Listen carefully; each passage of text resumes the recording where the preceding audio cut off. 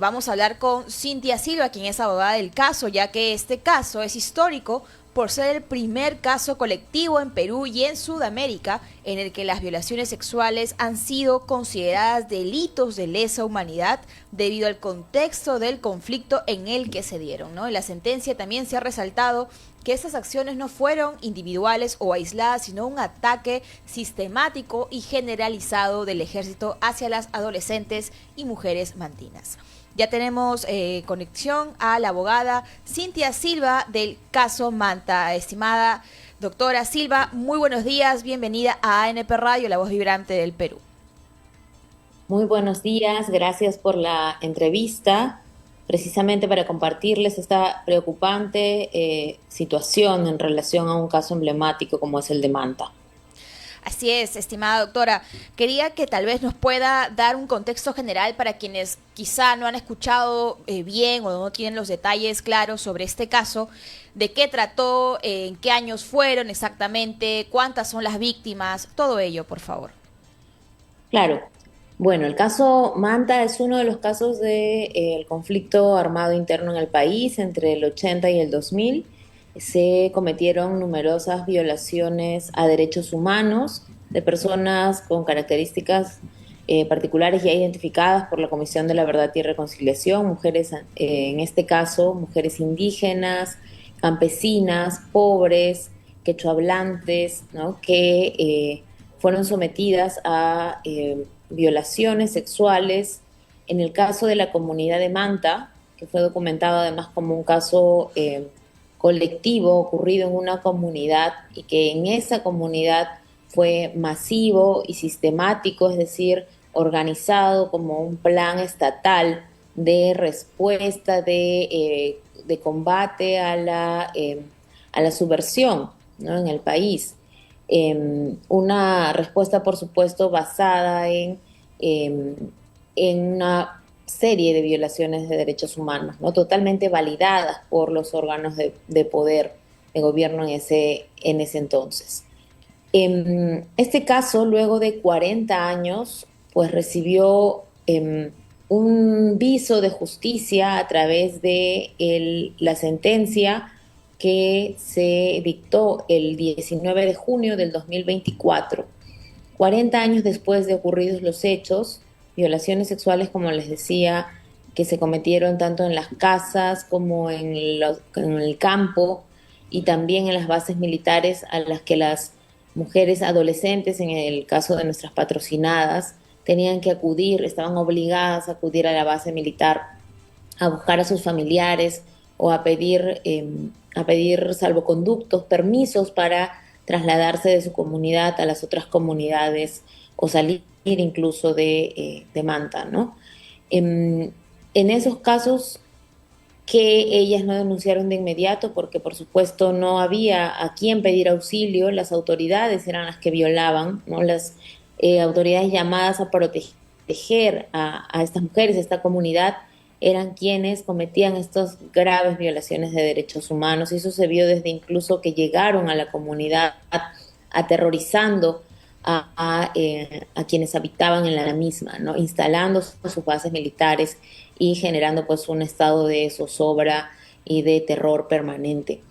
Eh, entonces la Comisión de la Verdad en el año 2020, en el año 2003, ¿no? Documenta a profundidad, analiza también el caso Manta y a partir de ello 9 de las mujeres del caso decidieron denunciar, ¿no? Y junto con el IDL en el 2007 ingresamos el caso, aunque desde el 2004 no se había hecho nada por el caso, pese a que la Comisión de la Verdad, con toda la documentación que había recabado, entregó la noticia criminal que había encontrado a la Fiscalía, ¿no? Por eso decimos que son 20 años, desde el 2004 que el Estado toma conocimiento a través del Ministerio Público.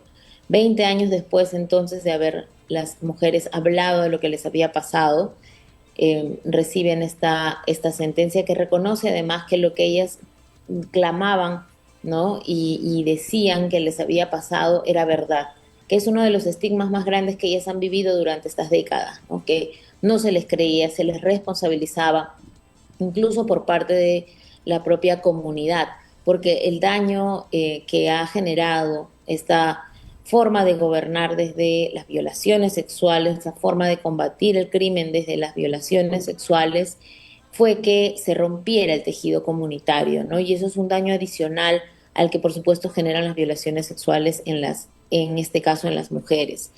La sentencia condena a 10 militares que, y además también al Estado en cuanto al Ministerio de Defensa, como, como responsable civil, es decir, como quien tiene que hacerse cargo de los daños que ha cometido su personal.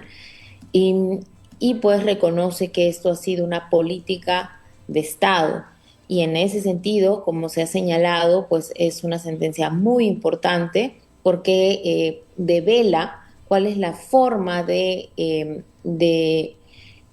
combatir el crimen de parte del Estado cuando se trata de mujeres. Esto es algo que la impunidad tan grande y por tanto tiempo, tan prolongada del caso Manta, pues nos muestra que esa impunidad puede llevar a nuevos casos, nuevos hechos, ¿no? Claro. Y es así que vemos que en la actualidad las represiones, la criminalización del ejercicio legítimo de la protesta cuando hay detenciones de mujeres, pues también se repiten actos de violencia sexual como es el desnudo forzado de lo que hemos recibido noticias.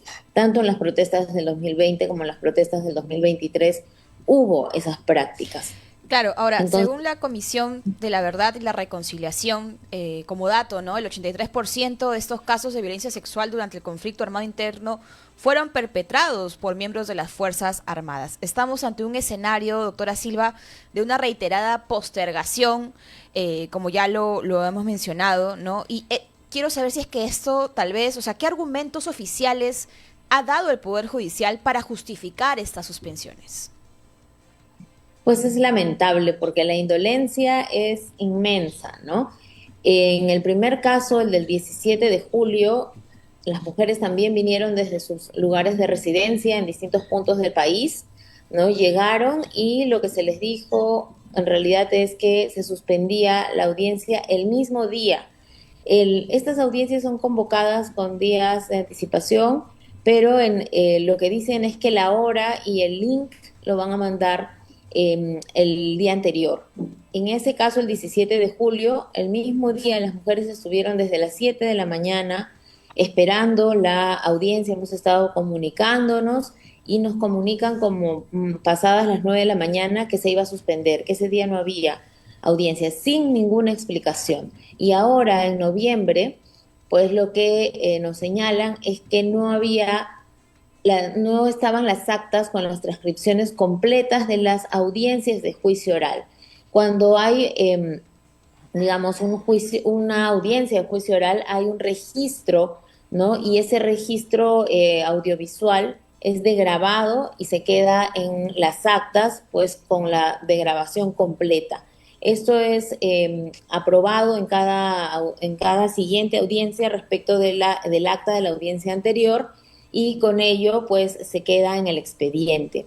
Lo que hicieron a partir de la audiencia de la audiencia 96 creo, es que estas actas fueron solamente resúmenes de todas las intervenciones, porque se estaba adjuntando el CD, ¿no? Como ya estamos en un modelo, digamos, acusatorio en el que todo está oralizado, entonces es suficiente con el CD.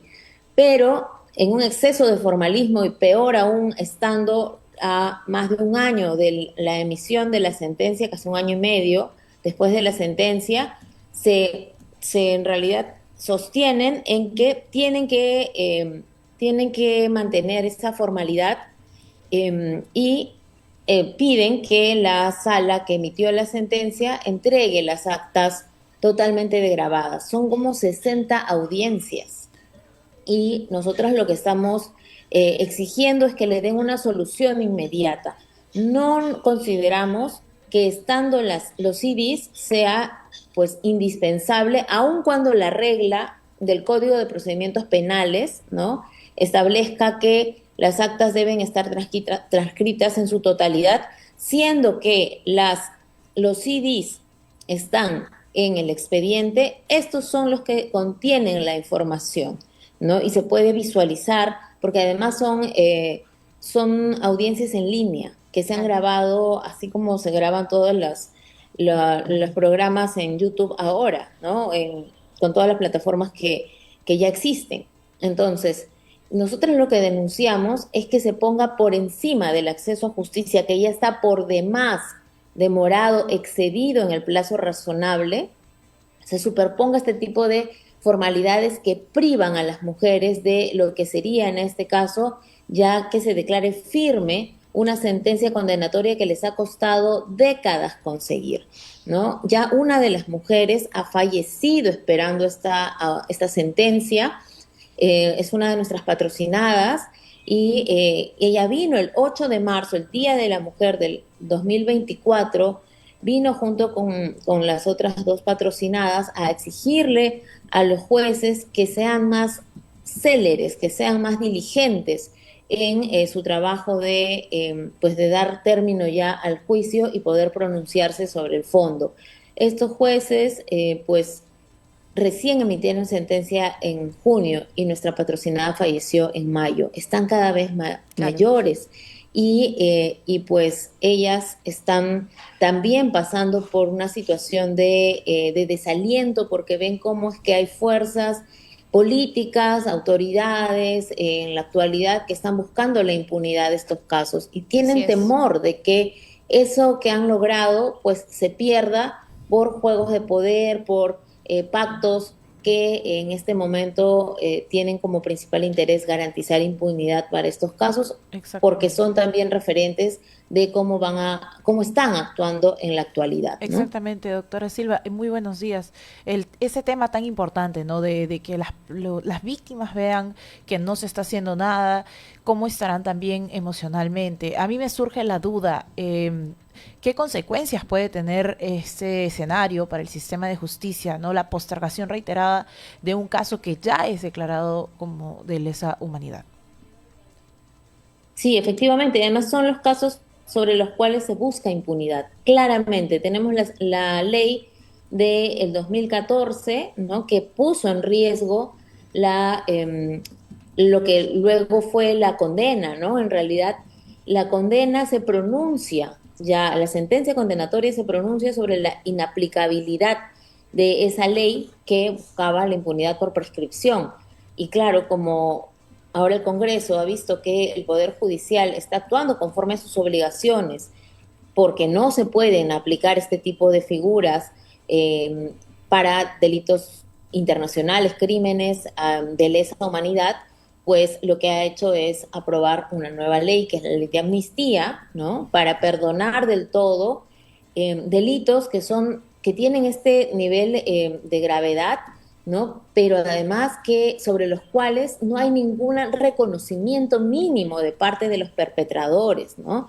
Tenemos a perpetradores además en la actualidad como congresistas, pues están ahí militares, está incluso el congresista Guinaga, quien ha sido uno de los principales responsables del caso esterilizaciones forzadas, otro caso que también es emblemático y que también corre riesgo por estas pretensiones de dejar en el olvido sin buscar como el reconocimiento, la justicia, porque claro, por ejemplo, modelos como el de Colombia, en los cuales hay todo un proceso de justicia restaurativa, ¿no?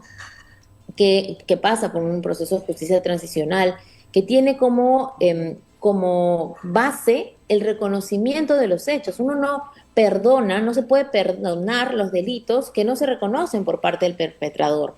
Se perdona a quien pide disculpas y el Estado ni siquiera ha pedido disculpas a las víctimas, ¿no? Así Y ese es. es el principal problema que tenemos entonces en nuestro país, ¿no? Y que golpea pues tan duramente a las víctimas, ¿no? Constantemente. Por eso todos los jueves también estamos encontrándonos frente al Palacio de Justicia a las 5 de la tarde para hacer plantones solidarios y para unirnos a las voces de exigibilidad de justicia y reparación integral para todas las víctimas del conflicto armado, para todas las víctimas de, de la dictadura de Fujimori también, están las mujeres víctimas de esterilizaciones forzadas, junto ahora a quienes están siendo víctimas de violaciones de derechos humanos en estos contextos, ¿no? Están los casos de Inti Bryan, el caso de Eduardo Ruiz, Ujú. Truco, ¿no? Y entonces nos unimos en una sola voz porque no puede seguirnos pasando esto como país, ¿no? Además de que tenemos que pagar las deudas históricas de memoria, de reconocimiento y de reparación integral a las víctimas de estas graves violaciones de derechos humanos. Así es, como usted lo ha comentado, doctora Silva, de hecho, muchos que están siendo culpados se avalan, ¿no?, de esta ley de amnistía. Claro, también lo vemos en el caso de Daniel Urresti con el tema del periodista fallecido Hugo Bustíos, quien él se ha querido avalar de esta ley, ¿no?, de lesa humanidad, pero el Poder Judicial lo ha inaplicado, ¿no?, como tal. Entonces, mi pregunta va, ¿qué consecuencias concretas, ¿no?, puede tener esta ley para las víctimas que buscan justicia?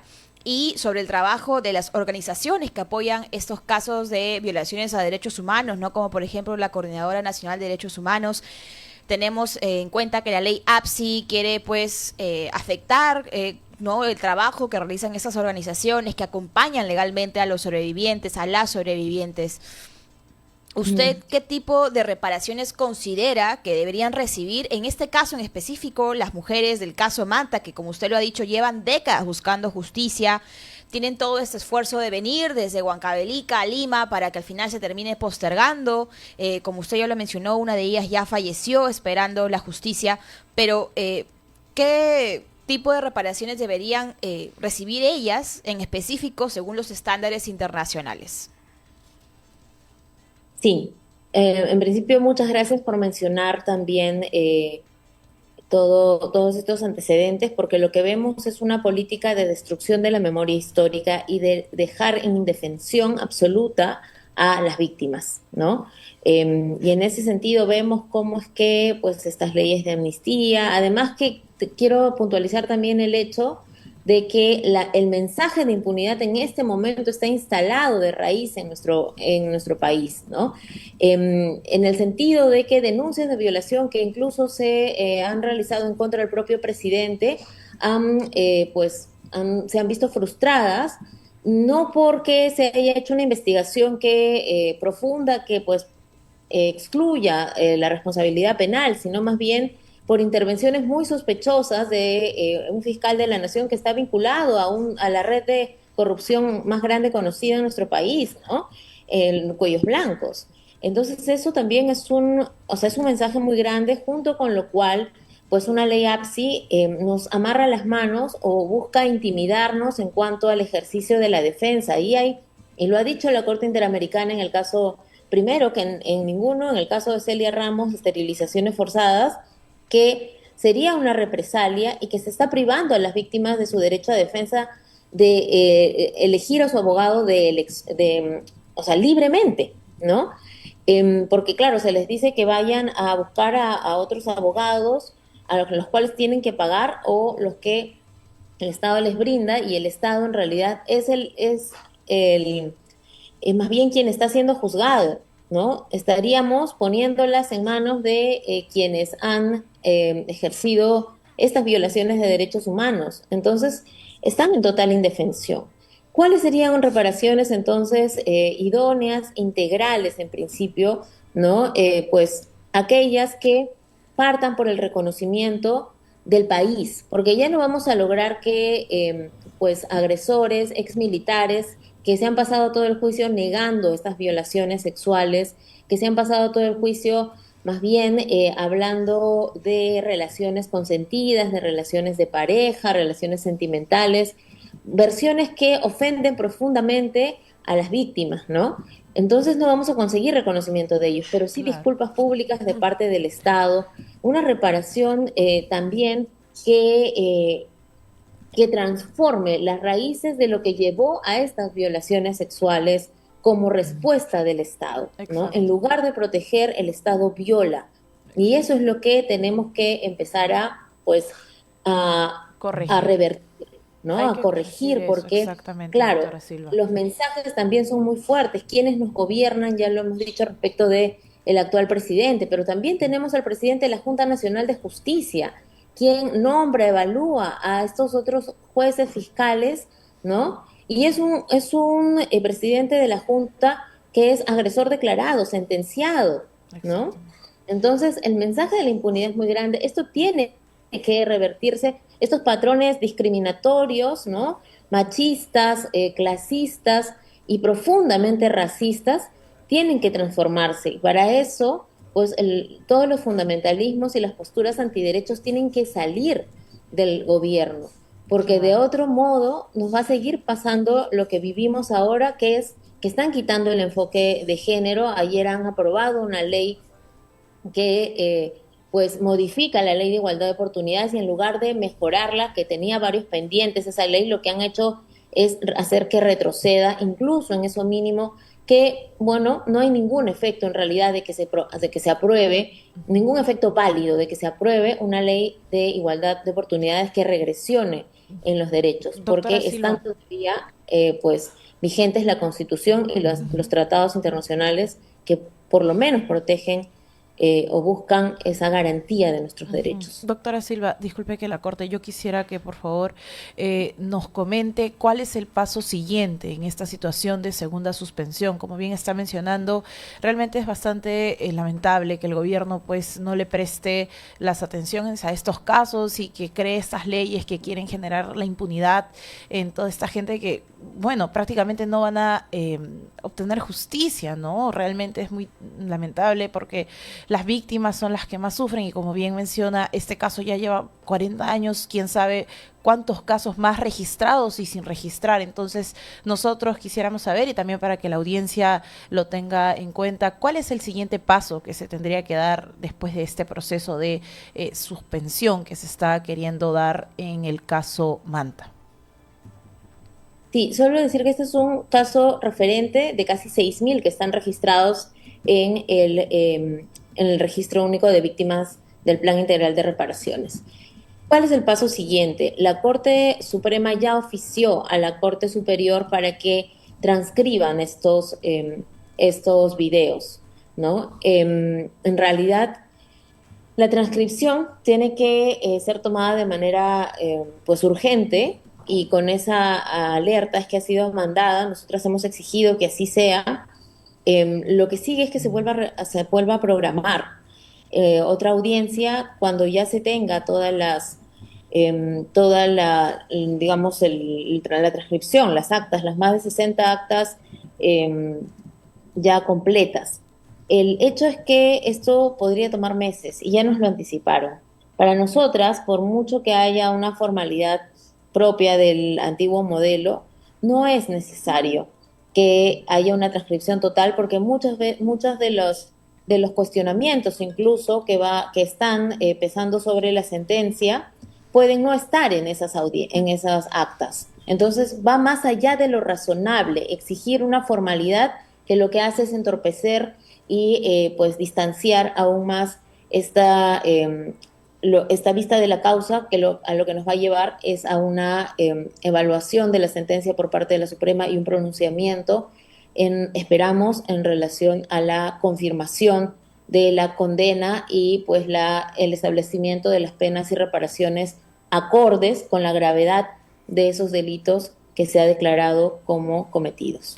Muy bien, doctora Silva, muchas gracias por estar presente aquí con nosotros en ANP Radio y la verdad, yo considero que deberían los medios de comunicación darle más visibilidad a estos casos. No son muy pocos los medios o medios independientes o medios alternativos que tocan estos temas de casos de violación de derechos humanos.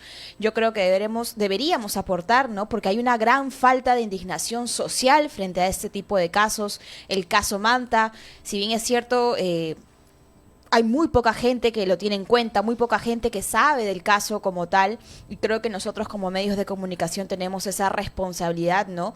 De no simplemente echarlos al olvido, sino traerlos de regreso, porque no se trata de simplemente revictimizar a las víctimas o a los sobrevivientes, no se trata de que el Estado les dé la justicia que ellos, y en este caso ellas, se merecen.